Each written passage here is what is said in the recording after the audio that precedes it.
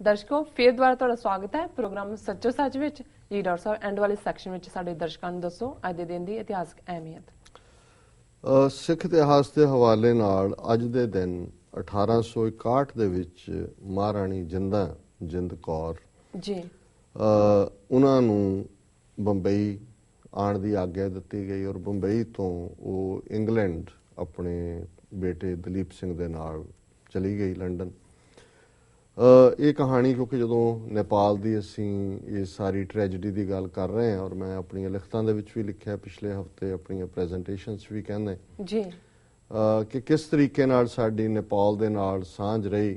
ਮਹਾਰਾਣੀ ਜਿੰਦਾਂ ਨੂੰ 1848 16 ਮਈ ਨੂੰ ਗ੍ਰਿਫਤਾਰ ਕਰਕੇ ਪਹਿਲਾਂ ਸ਼ੇਖੂਪੁਰਾ ਰੱਖਿਆ, ਫਿਰ ਉੱਧਰੋਂ ਬਨਾਰਸ ਦੇ ਕਿਲੇ 'ਚ ਲੈ ਆਏ, ਫਿਰ ਚਿਨਾਰ ਜਿਹੜਾ ਕਿ ਯੂਪੀ ਦੇ ਵਿੱਚ ਹੀ ਹੈ, ਅੰਗਰੇਜ਼ਾਂ ਨੇ ਮਾਂ ਪੁੱਤਰ ਨੂੰ ਅੱਡ ਕਰ ਦਿੱਤਾ, ਉਹਨੂੰ ਪੰਜਾਬ ਤੋਂ ਦੂਰ ਕਰ ਦਿੱਤਾ ਔਰ ਚਿਨਾਰ ਦੇ ਕਿਲੇ 'ਚੋਂ ਮਹਾਰਾਣੀ ਜਿੰਦਾਂ ਇੱਕ ਗੋਲੀ ਦੇ ਭੇਸ ਵਿੱਚ ਨੌਕਰਾਣੀ ਦੇ ਔਰ ਉਹਦੀ ਜਿਹੜੀ ਲਾਇਲ ਨੌਕਰਾਣੀ ਸੀ ਉਹਨੇ ਉਹਦੇ ਕੱਪੜੇ ਪਾ ਕੇ ਅੰਦਰ ਬੈਠ ਗਈ ਔਰ ਉਹ ਕਿਲੇ 'ਚੋਂ ਭੱਜ ਨਿਕਲੀ ਜੀ ਔਰ ਅੰਦਰ 8-10 ਦਿਨ ਪਤਾ ਹੀ ਨਹੀਂ ਲੱਗਾ ਉਹਨਾਂ ਨੂੰ ਕਿ ਇਹ ਤਬਦੀਲੀ ਹੋਈ। ਉਹਨੇ ਵੀ, ਮੈਂ ਸਮਝਦਾ ਵੀ ਬਹੁਤ ਵਾਰੀ ਅਸੀਂ ਉਹਨਾਂ ਨਾਇਕਾਵਾਂ ਦਾ ਰੋਲ ਕਿਵੇਂ, ਉਹ ਤਾਂ ਬਹਾਦਰ ਹੈ ਹੀ ਸੀ ਜਿੰਦਾਂ, ਪਰ ਜਿਸ ਬੀਬੀ ਨੇ ਉਹਨੂੰ ਬਾਹਰ ਕੱਢਣ ਦੇ ਲਈ ਜਿੰਦਾਂ ਨੂੰ ਆਪਣਾ ਆਪ ਕੁਰਬਾਨ ਕੀਤਾ ਹੈ, ਉਹਨਾਂ ਦਾ ਤਾਂ ਕਾਣ ਬੱਚਾ ਭੀੜ ਦਿੱਤਾ ਹੋਣਾ ਅੰਗਰੇਜ਼ਾਂ ਨੇ।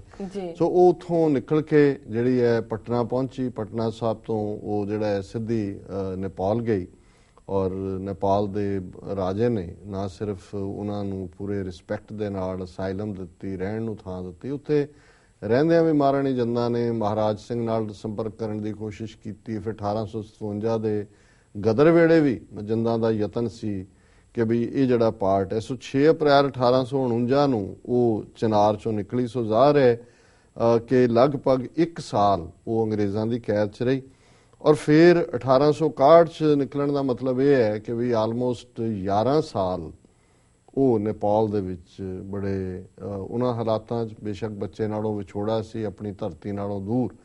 ਸੋ ਮੈਂ ਸਮਝਦਾ ਵੀ ਜਦੋਂ ਅਸੀਂ ਮਹਾਰਾਣੀ ਜਿੰਦਾਂ ਵਰਗੇ ਕਰੈਕਟਰ ਨੂੰ ਦੇਖਦੇ ਹਾਂ ਜਿਹਦੇ ਬਾਰੇ ਜਿਹੜੀਆਂ ਅੰਗਰੇਜ਼ਾਂ ਦੀਆਂ ਖੁਫੀਆ ਰਿਪੋਰਟਾਂ ਨੇ ਉਹਨਾਂ ਦੇ ਵਿੱਚ ਲਿਖਿਆ ਹੋਇਆ ਕਿ she is the only man in the Lahore court, ਕਿ ਲਾਹੌਰ ਦਰਬਾਰ 'ਚ ਸਿਰਫ ਉਹੀ ਮਰਦ ਹੈ। ਮਤਲਬ ਇਹ ਹੈ ਵੀ ਬਾਕੀ ਜਿੰਨੇ ਨੇ ਉਹ ਤਾਂ ਸਾਰੇ ਲੰਮੇ ਪਏ ਹੋਏ ਨੇ ਅੰਗਰੇਜ਼ਾਂ ਦੇ ਸਾਹਮਣੇ, ਸਭ ਨੇ ਉਹਨਾਂ ਨੂੰ ਐਕਸੈਪਟ ਕੀਤਾ ਹੋਇਆ, ਲੇਕਿਨ ਜਿੰਦਾਂ ਨੇ ਉਹਨਾਂ ਹਾਲਾਤਾਂ ਦੇ ਬਾਵਜੂਦ ਕਿ ਜਦੋਂ ਹੁਣ ਬੱਚਾ ਜਿਹੜਾ ਦਲੀਪ ਸਿੰਘ 9 ਜਾਂ 10 ਮਹੀਨੇ ਦਾ ਸੀ, ਮਹਾਰਾਜਾ ਰਣਜੀਤ ਸਿੰਘ ਦੀ ਮੌਤ ਹੋ ਗਈ ਔਰ ਫਿਰ ਕਿਵੇਂ ਇੱਕ ਘਰੇਲੂ ਸਾਜ਼ਿਸ਼ਾਂ ਦਾ ਮਾਹੌਲ ਔਰ ਖੂਨ ਖਰਾਬਾ, ਇਹਦੇ ਬਾਵਜੂਦ ਉਹਨੂੰ ਗ੍ਰਿਫਤਾਰ ਵੀ ਕੀਤਾ, ਦੂਰ ਵੀ ਕੀਤਾ ਪੁੱਤਰ ਨਾਲੋਂ, ਕੈਦ ਚੋਂ ਵੀ ਨਿਕਲੀ, ਫਿਰ ਵੀ ਉਹਨੇ ਆਪਣੀ ਗੱਲ ਨਹੀਂ ਛੱਡੀ ਹੈ। ਔਰ ਜਦੋਂ ਅੱਜ ਦੇ ਦਿਨ ਉਹ ਬੰਬਈ ਤੋਂ ਉਹਨੂੰ ਉਸ ਸਟੇਜ ਤੇ ਜਾਣ ਦੇ ਉਹਨਾਂ ਨੇ ਆਗਿਆ ਦਿੱਤੀ, ਅੰਗਰੇਜ਼ਾਂ ਨੇ ਦੇਖ ਲਿਆ ਵੀ ਮੁੰਡਾ ਹੁਣ ਇੰਨਾ ਕੁ ਵਿਗੜ ਗਿਆ ਔਰ ਪਿੱਛੇ ਵੀ ਹਾਲਾਤ ਪੰਜਾਬ 'ਚ ਪੂਰਾ ਉਹਨਾਂ ਦਾ ਕੰਟਰੋਲ ਹੈ ਵੀ ਹੁਣ ਕੋਈ ਫਰਕ ਨਹੀਂ ਪਏਗਾ, ਪਰ ਉੱਥੇ ਜਾ ਕੇ ਵੀ ਉਹਨੂੰ ਜਿਹੜਾ ਦਲੀਪ ਸਿੰਘ ਨੂੰ ਜਿੰਨਾ ਕੋ ਬਦਲ ਸਕਦੀ ਸੀ ਬਦਲਣ ਦੀ ਕੋਸ਼ਿਸ਼ ਕੀਤੀ ਔਰ ਉੱਥੋਂ ਦੀਆਂ ਜਿਹੜੀਆਂ ਖੁਫੀਆ ਰਿਪੋਰਟਾਂ ਨੇ ਉਹਨਾਂ ਨੇ ਕਿਹਾ ਕਿ ਜੀ ਹੁਣ ਦਲੀਪ ਸਿੰਘ ਡੈਫੀਨਿਟਲੀ ਗੱਲ ਕਰਦਾ ਹੈ, ਉਹਦੇ ਤੇ ਮਾਂ ਦਾ ਪ੍ਰਭਾਵ ਪੈ ਰਿਹਾ ਨਹੀਂ ਔਰ ਉਹ ਜ਼ਾਹਰ ਹੈ ਕਿ ਉਹ 1 ਸਾਲ ਦੇ ਵਿੱਚ ਮਰ ਗਈ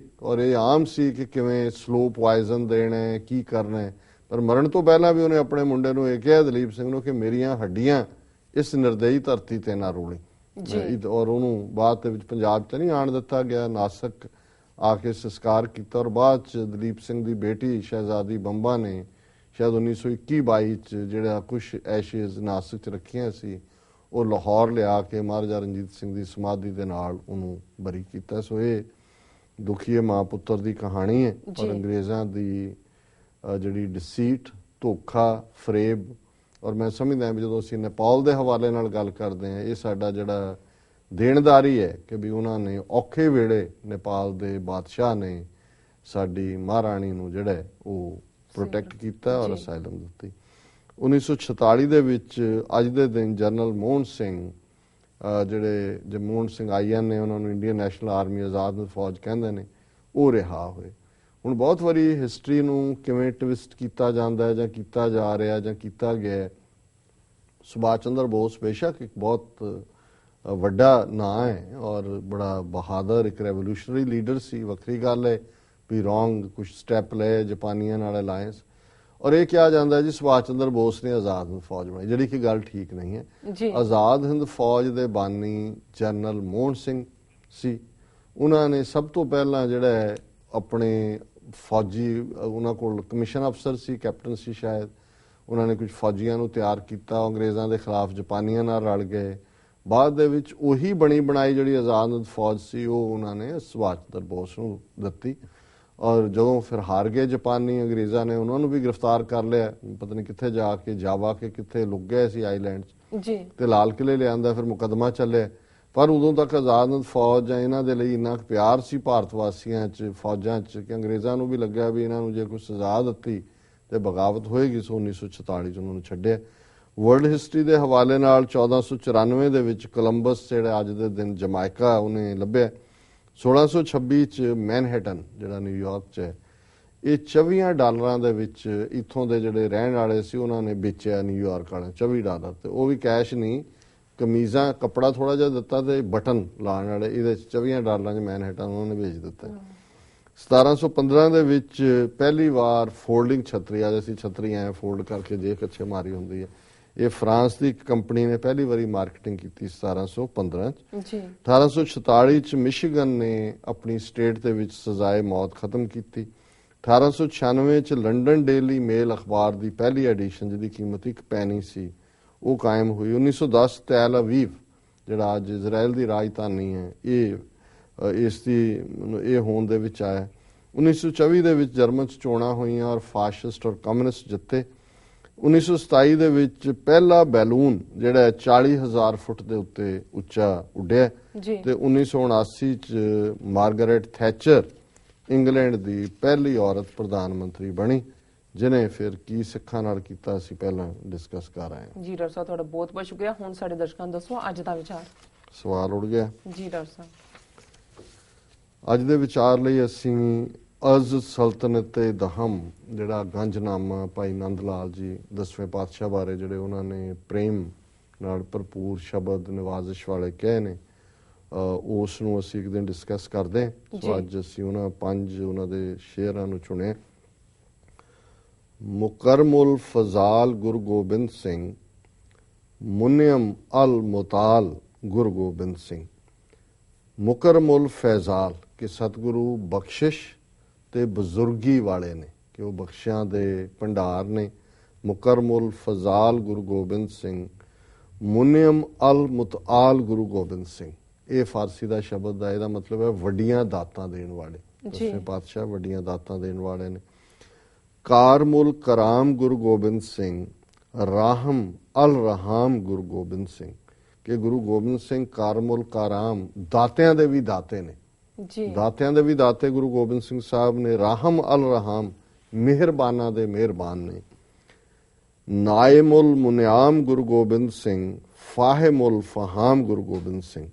ਨਾਇਮੁਲ ਮੁਨਿਆਮ ਹੈ ਬਖਸ਼ਿਆਂ ਕਰਨ ਵਾਲਿਆਂ ਨੂੰ ਅੱਗੋਂ ਬਖਸ਼ਿਆਂ ਦੇਣ ਵਾਲੇ, ਕਿ ਜਿਹੜੇ ਦੁਨੀਆ ਤੇ ਬਖਸ਼ਿਸ਼ ਕਰਦੇ ਨੇ ਉਹ ਵੀ ਬਖਸ਼ਿਸ਼ ਗੁਰੂ ਗੋਬਿੰਦ ਸਿੰਘ ਤੋਂ ਲੈ ਕੇ ਆਉਂਦੇ ਨੇ। ਨਾਇਮੁਲ ਮੁਨਿਆਮ ਗੁਰੂ ਗੋਬਿੰਦ ਸਿੰਘ, ਫਾਹਿਮੁਲ ਫਹਾਮ ਦਾਨਿਆਂ ਤੋਂ ਦਾਨਾ, ਦਾਨਾ ਕਹਿੰਦੇ ਨੇ ਸਿਆਣੇ ਨੂੰ, ਕਿ ਜਿੰਨੀ ਵੀ ਸਿਆਣਪ ਦੁਨੀਆ 'ਚ ਉਹਨਾਂ ਦੀ ਸਾਰੀ ਸਿਆਣਪ ਵੀ 10ਵੇਂ ਪਾਤਸ਼ਾਹ ਚੋਂ ਨਿਕਲਦੀ ਹੈ, ਉਹ ਸਿਆਣਿਆਂ ਦੇ ਸਿਆਣੇ ਨੇ। ਦਾਇਮੋਂ ਪਾਇੰਦੇ ਗੁਰੂ ਗੋਬਿੰਦ ਸਿੰਘ, ਫਰਖੋ ਫਰਗੰਦੇ ਗੁਰੂ ਗੋਬਿੰਦ ਸਿੰਘ। ਦਾਇਮੋਂ ਪਾਇੰਦੇ ਕਿ ਸਲਾਮਤ ਤੇ ਅਟਲ, ਪਾਏਦਾਰ, ਪਾਇੰਦਾ ਉਹ 10ਵੇਂ ਪਾਤਸ਼ਾਹ ਨੇ। ਫਰਖੋ ਫਰਖੰਦੇ ਗੁਰੂ ਗੋਬਿੰਦ ਸਿੰਘ ਕਿ ਗੁਰੂ ਗੋਬਿੰਦ ਸਿੰਘ ਬਹੁਤ ਸੋਹਣੇ ਨੇ ਔਰ ਉਹਨਾਂ ਦਾ ਮੁਬਾਰਕ ਸੁਹੱਪਣ ਉਸ ਦਾ ਕੋਈ ਮੁਕਾਬਲਾ ਨਹੀਂ ਕਰ ਸਕਦਾ। ਔਰ ਅਖੀਰਲਾ ਸ਼ੇਅਰ ਹੈ ਫੈਜ਼ੇ ਸੁਬਹਾਂ ਜ਼ਾਤ ਗੁਰੂ ਗੋਬਿੰਦ ਸਿੰਘ, ਨੂਰ ਹਕ ਲਮਆਤ ਗੁਰੂ ਗੋਬਿੰਦ ਸਿੰਘ। ਫੈਜ਼ੇ ਸੁਬਹਾਂ ਜ਼ਾਤ ਕਿ ਜਿਹੜੀ ਸਤਿਗੁਰੂ ਦੀ ਜ਼ਾਤ ਹੈ, ਹਸਤੀ ਹੈ, ਪਰਸਨੈਲਿਟੀ ਹੈ, ਉਹ ਰੱਬੀ ਬਖਸ਼ਿਸ਼ ਵਾਲੀ ਹੈ। ਤੁਸੀਂ ਉਹਨਾਂ ਵੱਲ ਜਦੋਂ ਨਿਗਾਹ ਮਾਰਦੇ ਹੋ ਤੇ ਰੱਬੀ ਨੂਰ ਉਹਨਾਂ ਦੀ ਉਸ ਸ਼ਖਸੀਅਤ 'ਚੋਂ ਝਲਕਦਾ ਹੈ। ਨੂਰ ਹਕ ਲਮਆਤ ਗੁਰੂ ਗੋਬਿੰਦ ਸਿੰਘ। ਲਮਾ ਜਿਹੜਾ ਹੁੰਦਾ ਕਿ ਜਿਵੇਂ ਅਕਾਲੀ ਜੋਤ, ਰੱਬ ਦੀ ਜੋਤ ਉਹਨਾਂ 'ਚੋਂ ਪ੍ਰਗਟ ਹੁੰਦੀ ਹੈ। ਸੋ ਇਹ 10ਵੇਂ ਪਾਤਸ਼ਾਹ ਦੇ ਪਿਆਰ 'ਚ ਭਾਈ ਨੰਦ ਲਾਲ ਜੀ ਦੇ ਅੱਜ ਦੇ ਵਿਚਾਰ ਲਈ ਅਸੀਂ ਚੁਣਿਆ ਇਹਨਾਂ ਨੂੰ। ਜੀ ਡਾਕਟਰ ਸਾਹਿਬ, ਤੁਹਾਡਾ ਬਹੁਤ ਬਹੁਤ ਧੰਨਵਾਦ। ਤੁਸੀਂ ਅੱਜ ਦਾ ਵਿਚਾਰ ਸਾਡੇ ਦਰਸ਼ਕਾਂ ਨਾਲ ਸਾਂਝਾ ਕੀਤਾ। ਇਸ ਨਾਲ ਆਪਣੇ ਵਿਊਅਰਸ ਕੋਲ ਲੈਣੇ ਇਜਾਜ਼ਤ।